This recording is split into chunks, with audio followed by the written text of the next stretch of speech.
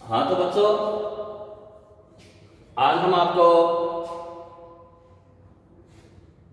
भारतीय संसद के गठन के बारे में बताएंगे और साथ ही साथ जो राज्यसभा है, जो उच्च सदन कहलाता है, उनके बारे में बताएंगे कि राज्यसभा के गठन कैसे होता है, शक्ति और कार्य क्या है, क्या द्वितीय सदन उपयोगी है या अनुपयोगी है। तो भारत का संविधान का अनुच्छेद 79 आर्टिकल 79 ये बताता है कि भारतीय संसद का गठन राष्ट्रपति और उसके दोनों सदनों से मिलकर होता है। राष्ट्रपति प्लस लोकसभा प्लस राज्यसभा बराबर भारतीय संसद। और अनुच्छेद 80 ये कहता है राज्यसभा संसद का द्वितीय या उच्च सदन है। संविधान के अनुच्छेद 80 के अनुसार राज्यसभा के सदस्यों की अधिकतम संख्या 250 हो सकती है, परंतु आजकल इसकी संख्या 245 है। और इन 245 में इनमें से 12 सदस्य राष्ट्रपति द्वारा नामजद किए जाते हैं। वे ऐसे व्यक्ति होते हैं जिन्हें कला, साहित्य, विज्ञान और समाज सेवा के क्षेत्र में विशिष्ट हैसियत प्राप्त है, विशेष ज्ञान और अनुभव प्राप्त है। बाकी जो सदस्य हैं वो जनता द्वारा अप्रत्यक्ष रूप से चुने जाते हैं। ये सदस्य संघ की इकाइयों द्वारा चुने जाते हैं। ये सदस्य संघ की इकाइयों का प्रतिनिधित्व करते हैं और इनका चुनाव एकल संक्रमणीय मत प्रणाली तथा आनुपातिक प्रतिनिधित्व की पद्धति के अनुसार संघ के विभिन्न क्षेत्र की विधानसभाओं के सदस्यों द्वारा किया जाता है। जिन क्षेत्रों में विधानसभाएं नहीं होती हैं वहां पर राज्यसभा के सदस्यों के चुनाव के लिए विशेष निर्वाचन मंडल बनाए जाते हैं। और राज्यसभा के जो सदस्य होते हैं उनकी संख्या जनसंख्या के हिसाब से होती है। जैसे जिस राज्य की जनसंख्या ज़्यादा होती है तो उससे राज्य को ज़्यादा राज्यसभा की सीटें मिलती हैं। अमेरिका में जो सीनेट है उनमें क्या है कि जनसंख्या नहीं, वहाँ एक राज्य को इक्वल रूप से 2 सीटें मिलती हैं। जैसे वर्तमान समय में अमेरिका में 50 राज्य हैं, हर स्टेट से 2 सदस्य जाते हैं, तो वहाँ सीनेट की संख्या 100 है। भले राज्य क्षेत्रफल में, जनसंख्या में बड़ा हो या छोटा हो, तो वहाँ हर राज्य भले उसकी स्थिति कैसी भी हो, जनसंख्या कम हो, क्षेत्रफल कम हो, ज़्यादा हो, वो नहीं देखा जाता है। वहाँ एक राज्य को 2 सीटें दी जाती हैं। मगर भारत में यहाँ राज्यों को बराबर सीटें नहीं दी जाती हैं, अपितु तो जनसंख्या के हिसाब से दी जाती है। जिस राज्य की जनसंख्या सबसे ज़्यादा है उनको ज़्यादा सीटें मिलेंगी और जिनकी संख्या कम है उनको कम सीटें मिलेंगी।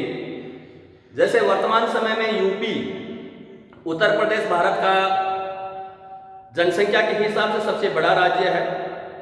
20 करोड़ के आसपास इसकी जनसंख्या है। तो उत्तर प्रदेश को सबसे ज़्यादा राज्यसभा सीट मिली है। वहाँ से 31 राज्यसभा सांसद जीत कर आते हैं। और उसके बाद में कई जो ज़्यादा जनसंख्या वाले हैं, जैसे महाराष्ट्र है, तमिलनाडु है, बिहार है, बंगाल है, राजस्थान है, इनको सीटें दी गई है। जिनकी जनसंख्या कम है उनको एक एक सीटें क्या है कि दी गई हैं। जैसे नागालैंड है, मेघालय है, मणिपुर है, त्रिपुरा है, सिक्किम है, मिजोरम है, अरुणाचल है, गोवा है और पुडुचेरी है। तो उनको एक एक सीटें दी जाती हैं क्योंकि उनकी जनसंख्या कम है। अब राज्यसभा के के जो सदस्य होते हैं उनकी योग्यताएं और उनका कार्यकाल के बारे में बताएं। सबसे पहली बात यह है कि वह भारत का नागरिक होना चाहिए। वो कम से कम 30 वर्ष की आयु पूरी कर चुका हो, वह किसी भी लाभ के पद पर न हो, विकृत मस्तिष्क का ना हो, दिवालिया ना हो, ऐसी योग्यताएं रखता हो जो संसद के किसी कानून द्वारा निश्चित की जाए। अनुच्छेद 102 के अनुसार संघ अथवा राज्यों के मंत्री पद लाभ के पद नहीं समझे गए हैं तथा यदि कभी यह प्रश्न उठता है कि संसद के किसी सदन का कोई सदस्य उपयुक्त योग्यताएं रखता है अथवा नहीं, तो यह प्रश्न निर्णय करने के लिए राष्ट्रपति को सौंपा जाएगा और राष्ट्रपति निर्वाचन आयोग की राय के आधार पर जो निर्णय देगा वह अंतिम होगा। राज्यसभा एक स्थायी सदन है। इसके सदस्यों का कार्यकाल 6 वर्ष का है। इसे स्थायी सदन इसलिए माना गया है कि इसकी अवधि के पूर्व राष्ट्रपति से भंग नहीं कर सकते। पूरी राज्यसभा का चुनाव एक साथ नहीं होता है। राज्यसभा के सदस्यों का कार्यकाल 6 वर्ष है, परंतु इनमें से 1/3 सदस्य प्रति 2 वर्ष पश्चात पद निवृत्त हो जाते हैं और नवीन 1/3 सदस्य पद ग्रहण करते हैं। राज्यसभा के पदाधिकारी संविधान के अनुच्छेद 89(1) के अनुसार भारत का उपराष्ट्रपति राज्यसभा का पदेन सभापति होता तथा राज्यसभा अपने में से किसी एक सदस्य को उपसभापति निर्वाचित कर लेती है। तो यहां अगर राज्यसभा का उपसभापति जब तक सदस्य नहीं रह जाता तो उसका पद रिक्त होता है। वह स्वयं भी पद त्याग सकता है अथवा सभा के सदस्यों द्वारा बहुमत के प्रस्ताव पारित कर उसे पद से हटाया जा सकता है। अब ये राज्यसभा की जो गणपूर्ति है वह अपनी सदस्य संख्या की 1/10 है। अब हमें राज्यसभा की जो शक्तियां हैं उनके बारे में आपको बताएं। सबसे पहले क्या है कि राज्यसभा की विधायी शक्ति के बारे में चर्चा करते हैं। तो विधायी शक्ति का मतलब यह है कि लोकसभा के साथ राज्यसभा को भी विधि निर्माण संबंधी कार्य सौंपे गए हैं। संविधान के द्वारा अवित्तीय विधेयकों के संबंध में लोकसभा और राज्यसभा को समान शक्तियां दी गई। अवित्तीय विधेयक लोकसभा या राज्यसभा दोनों सदनों में से किसी भी सदन में प्रस्तावित किए जा सकते हैं और दोनों सदनों के पारित होने के बाद राष्ट्रपति के पास हस्ताक्षर के लिए जाता है। व्यवहार में स्थिति यह है कि सामान्यतः सभी महत्वपूर्ण विधेयक लोकसभा में ही प्रस्तावित किए जाते हैं, राज्यसभा में नहीं। अब यहां यह है कि विधि निर्माण में साधारण विधेयक के संदर्भ में अगर दोनों सदनों में मतभेद हो जाते हैं,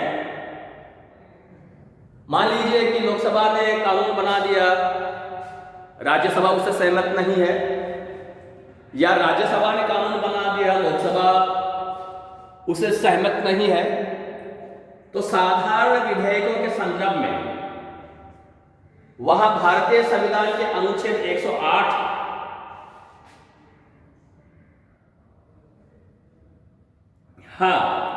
और जैसे दोनों सदनों में मतभेद हो गया और 6 महीने तक वो मतभेद दूर नहीं होते हैं सामान्य विधेयक के संदर्भ में, तो वहां विधेयक के भाग्य का फैसला मेजोरिटी से किया जाता है, बहुमत से किया जाता है और संविधान के अनुच्छेद 108 के द्वारा संसद का संयुक्त अधिवेशन बुलाया जाता है, जिसकी अध्यक्षता स्पीकर के द्वारा की जाती है और उसके बाद में वोटिंग होती है और वोटिंग के माध्यम से फैसला होता है बहुमत किसके पास है। तो व्यवहार में संयुक्त अधिवेशन में लोकसभा की स्थिति मजबूत होती है, क्योंकि लोकसभा की जो सदस्य संख्या है वो राज्यसभा से ज्यादा है, इसलिए सामान्यतः वही विधेयक बनता है जो लोकसभा चाहती है। अगर अतीत का अध्ययन किया जाए तो भारत में 3 ऐसे अवसर आए हैं जब संसद का संयुक्त अधिवेशन बुलाया गया हो और वहां संयुक्त अधिवेशन हुआ हो। तो सबसे पहले 1961 में दहेज निषेध अधिनियम पर संसद का संयुक्त अधिवेशन हुआ था। दूसरा हुआ था 16 मई 1978 में बैंकिंग सेवा विधेयक के संदर्भ में दोनों की बैठक बुलाई गई थी। और तीसरी बार 26 मार्च 2002 को आतंकवाद निरोधक विधेयक को पारित करने के लिए संसद की संयुक्त बैठक बुलाई गई। जो वित्तीय विधेयक हैं वो अनिवार्यतः लोकसभा में ही पेश किए जाते हैं। राज्यसभा के पास जाता है तो राज्यसभा उसमें मैक्सिमम 14 दिन की देरी कर सकती है। 14 दिन बाद में स्वतः ही विधेयक उसी हिसाब से पारित होगा जिस हिसाब से लोकसभा चाहती है। और राज्यसभा अगर कोई सुझाव देती है अमेंडमेंट के, वो लोकसभा के ऊपर डिपेंड रहता है कि वह उसकी इच्छा को स्वीकार करे या नहीं करे। इस संदर्भ में राज्यसभा की जो इच्छा है वो कोई मायने नहीं रखती है।